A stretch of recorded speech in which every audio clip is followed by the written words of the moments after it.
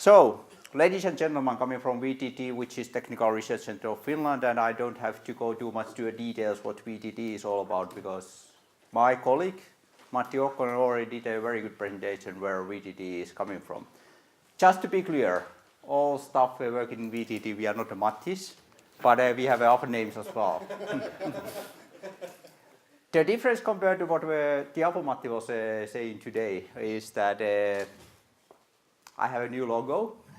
We changed the logo 1.5 months ago, and there seems to be some automatic switching as well today in our slides. So I haven't so much get used to how to use this new slide strategy in the VTT, but I'm learning. Matti was still on the safe side in order to keep the old slide template, but maybe next time he will be switched over to these new ones as well.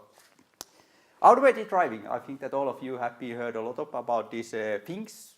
Automated driving coming, and last 3 to 5 years, the media have been already pointed out a lot that there will be a revolution where everything will be automated by 2020. I have been a bit laughing that that means that I will be unemployed by 2020 and I'm jobless, maybe laying in the Miami Beach, but I still have a doubt that that doesn't be true in the future. Well, how the future will look like and what we have to develop in order to realize this automated driving topic in the passenger cars. We need functions which are controlling the vehicle. Vehicle control basically is quite easy. You just turn left or right, you accelerate or you decelerate, and that's far from being easy because if you have a speed limit which is 60 kilometers an hour, but you have some elk in front of your car, you have to brake. But what happens if there is a dense fog in between that elk and your car? You have to start braking a bit before. So there are a lot of different kinds of strategy you have to think about when you are controlling an automated vehicle. You need a lot of data fusion. One solution, just using the LiDARs or radars, whatever, that's not enough in order to do it. You need to fuse the data, and your data is actually three-dimensional, so it's not traditional two-dimensional picture what you can see in the normally from the cameras, but you have to really process these kind of data where you have pedestrians, bicycles, and I'm not sure how many of you can recognize where the pedestrian is right now in this point. It's right here. Well, we are not just going to develop those automated functions in order to be drivable in the urban areas where you have a good snow clearance and all that stuff. We would like to go on as well to the rural side and driving as well in the snowy conditions, which is quite a big challenge. So you don't have a lane markings and maybe snow blowing doesn't done early in the morning when you would like to go to your office, and you might have some ruts in the road and whatever. Friction is low. Electric vehicles, we are penetrating into the urban areas, of course, but when we are thinking about automation, there are still challenges. If we are talking about electric vehicles, the good thing is that we have a lot of power, and that's also the bad thing because the people tend in order to have a lot of sensors and computers, and we are also consuming that electricity. So it means that if we put all that stuff what we are using today, for example, within these two different cars, probably the range will be less than 20 kilometers, and that's not probably the appropriate approach. There will be an intelligent infrastructure where the communication, which will be communicated with the vehicles. So we would like to see corner of that intersection, and around to that corner there might be some pedestrians or some safety risks coming. So you would like to avoid those risks, and the only way in order to do it is in order to have a kind of additional sensor into those blind spots. Developing the different functions, you need sensors, you need some take into account that the driver will be for a long time still in charge of that driving, and no doubt that there will be 10 to 15 years when the driver is still in charge. For example, our permission today, we have two different permissions for two cars in order to drive really automated way the real traffic, and it requires that there is somebody always supervising that car. That will be reality. There are authorities who said that, and also insurance companies. They would like to have somebody in charge. They don't want to get the bills to the cars. They want to get that to the humans. You need access to the vehicle data and steering commands in order to realize you need some actuator devices in order to have that steering and deceleration, acceleration. and a lot of computing power. That's why the people are today talking about the artificial intelligence, and that's the reason why NVIDIA and all those game industry who are providing those different processor units like Intel and NVIDIA and Toshiba, they are coming to play a role in that automated driving market. The reason is that you need a lot of computing power in order to realize all that sensor stuff coming three-dimensional way to the vehicle. So how that automated driving will look like? Is that curious? Why don't that video start? Okay. Fortunately, I have some technical engineers here, so. So the valet parking, where the car, when you are leaving that to the entrance of the shopping center, it will be driving automatically to one of those parking lots in that garage, which is quite convenient. There is a lot of interest to do it, and I'm not sure if we can see that today, because it looks like that we have some technical problems in the video. Normally it's working perfectly fine in the car at least, and I can say that it really do the automatic parking, even if it doesn't look like. This is not a joke, I mean. Okay, no can do. Anyway, the valet parking, that's one of the key areas where I think that that automated driving will be realized in the near future. So we will be 2-3 years, we will be seeing the parking areas where the cars can enter and you really leave your car to the shopping center, and that goes directly to the garage, and when you come back from the shopping center with your heavy plastic bags and your lively kids, your car will be pick up you from the entrance point, and there is an interest because the parking operators, they would like to optimize this parking lot area. They would like to have a dense, you don't have to open the doors in the parking lot, so they would like to have a flexible parking garages. And automotive industry, that's quite convenient in order to sell the car to the consumers. They are just parking itself. Who would like to really do the parking in the parking lots? I don't think that many of us would like to do it by ourselves.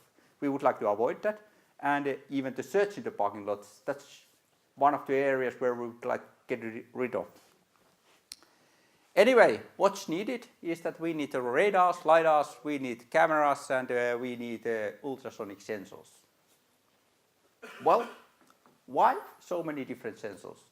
The reason is that there are good things and bad things, each of these different sensor systems we have in mind. Well, that's really strange what it's doing. If you're thinking about radar, it's very good in all weather. Whether you have a fog or rain in front of you, radar is still working. If you have a lidar, that's very good for in order to have a long distance ranging. When you are driving the motorway, you are driving 120 kilometers per hour, and you would like to see the objects in front somewhere in the 100-120 meters ahead of the vehicle.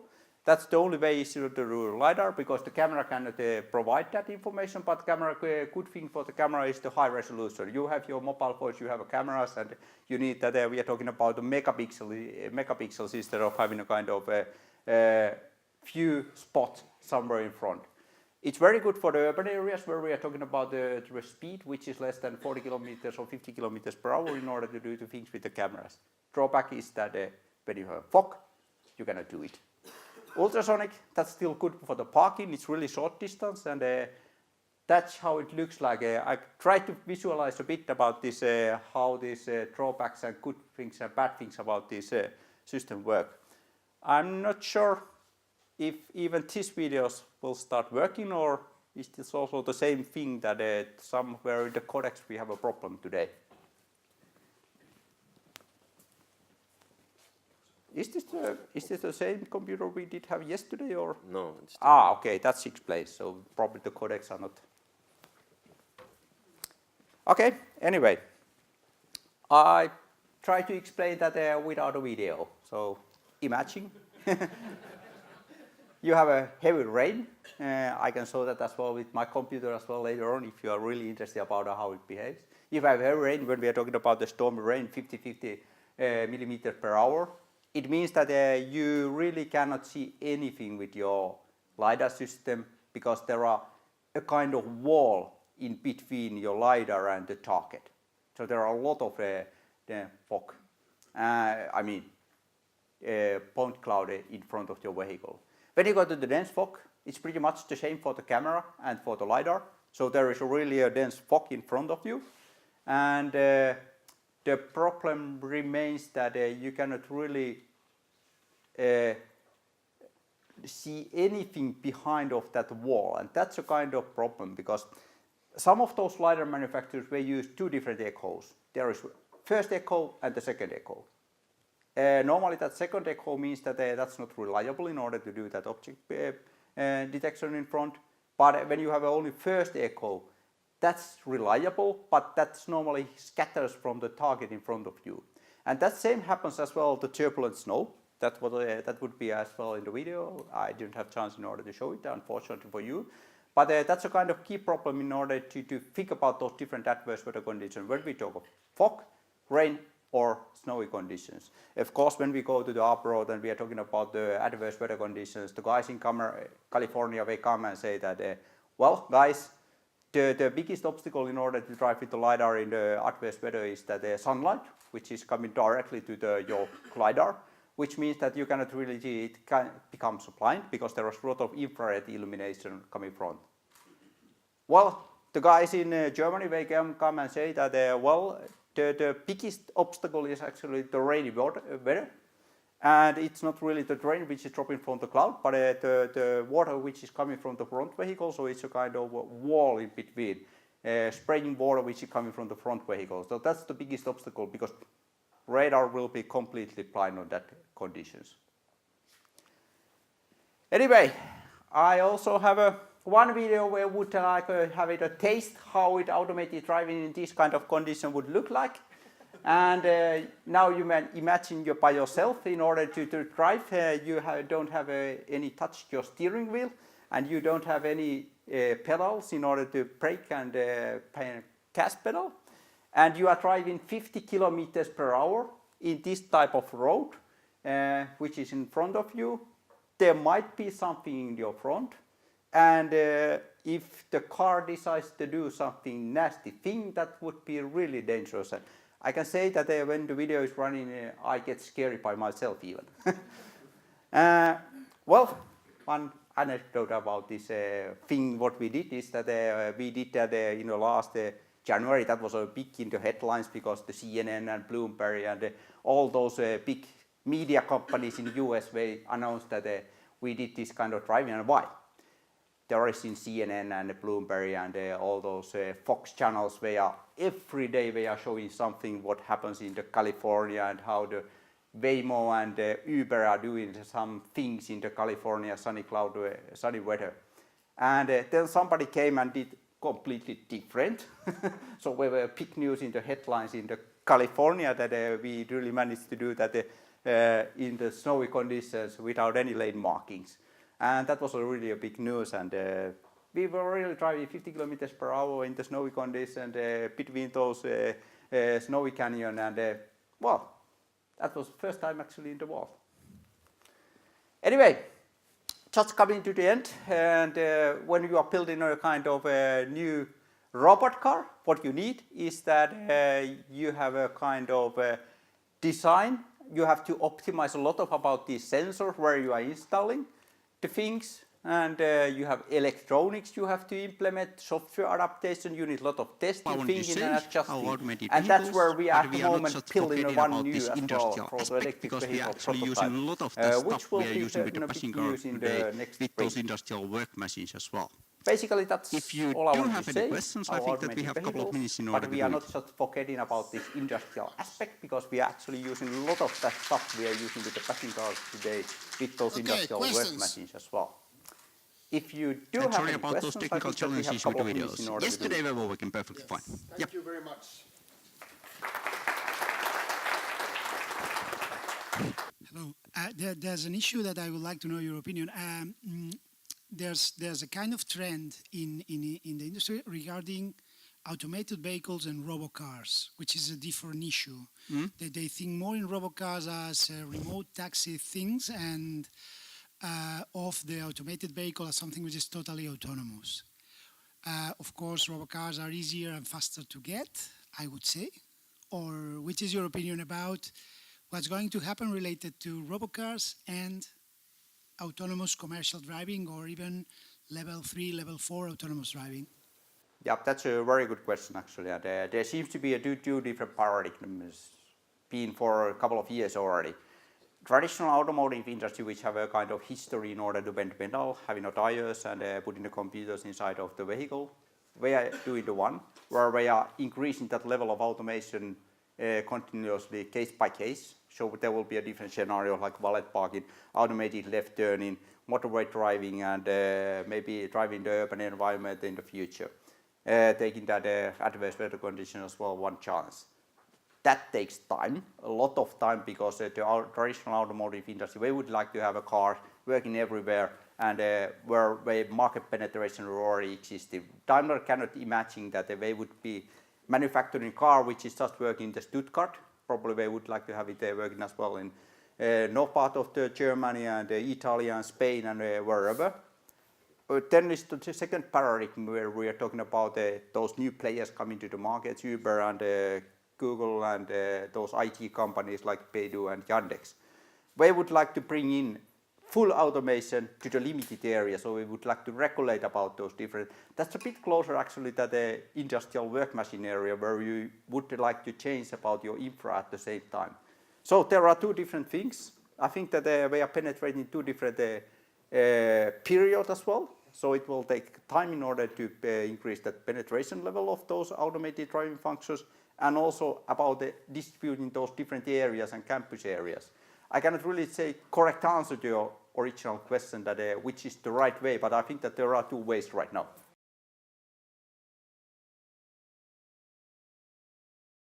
Well, the deployment is going day by day. So for those first paradigm, we will be seeing those new functions, valet parking next 2 years, platooning 3 years. And when we are talking about these campus areas, there are already campus area trials in Australia, US, quite a lot. They are just distributing. I think that deployment have partly already started, but there will be much more within the next 5 years. What's the sensor and hardware payload cost at the moment in a typical driving vehicle? Yeah, well, if you're thinking about what we have, you could buy one from us, 120,000 euros, quite easily. So the car price is pretty flexible. But the reality will be going to the serious is that the automated cars in the future will be, the price will be much higher compared to what we have today. I think that it's 30% or 40% higher what we are getting used to today, even if we take this inflation into account. But the reality is that the automotive industry already know pretty well that in the future when we have these automated vehicles, the people are not buying the car anymore. They will be leasing companies and Uber which are sharing the car, and they see that the less car will be manufactured in the future. People will be renting the car, and that's quite a big change that the cars will be driving 24/7, whoever will be doing. And that's the reason why those OEMs like Toyota have purchased Mars, part of Mars, GM, part of Lyft, PM bought one of the leasing companies. They know that pretty well about this game-changing what will be happening in the future. And that's why they are coming to the leasing markets right now instead of selling a car. Hello, are you sure that people are buying that dream? Because I mean, there are a lot of questions. I'm sure people will change their minds as well. But I mean, the question of owning your car or not is a rather big issue in many countries and among many people. And a lot of people currently are not buying that future that you're painting about leasing. Yeah, I know that. I think that the game changing will be starting with the second car. I think that quite many would like to have one car at least because they have kids and they have to transport those to the hobbies wherever. So it doesn't be so flexible. But in the future, I think that that will be changed quite a lot. So if you have a 24/7, you have a chance in order to get a car, like you ordered a taxi today. I think that that's the reality, and the part of that reality will be that the cost will be, the price will be higher compared to what we have today. I don't know. Maybe that's a wild guess. I don't know if that really happens. That maybe there will be a kind of game changing as well. That there is something else in the future. I don't know, but that's what the automotive industry is at moment thinking. Okay, thank you. Jouni Loma from Josek. What do you think when we can see a forest machine doing work by itself or partly by itself? Well, with these techniques? Actually, our history started already 25 years ago, and we started with working on the industrial work machine, where actually in many aspects those automation systems are much further compared to what automotive industry can do. So there are already automated harbors, automated mining industry, and that's the area where we are still working. Going to the forest, which is of course is the big topic of this conference today, I think that we are going to case by case that there are more automation. I think that there are already devices which can cut the tree and things like that. It's quite different compared to what we did have 30 or 40 years ago, and that's how it goes on. I'm not sure when the technique is ready in order to take all those different aspects what exists in the forest, and you could leave the harvester in order to be without any supervision. I don't know when that will happen. I think that it will take 4 years still, so world is not ready. But I think that that's the case where we go scenario by scenario in order to tackle those challenges.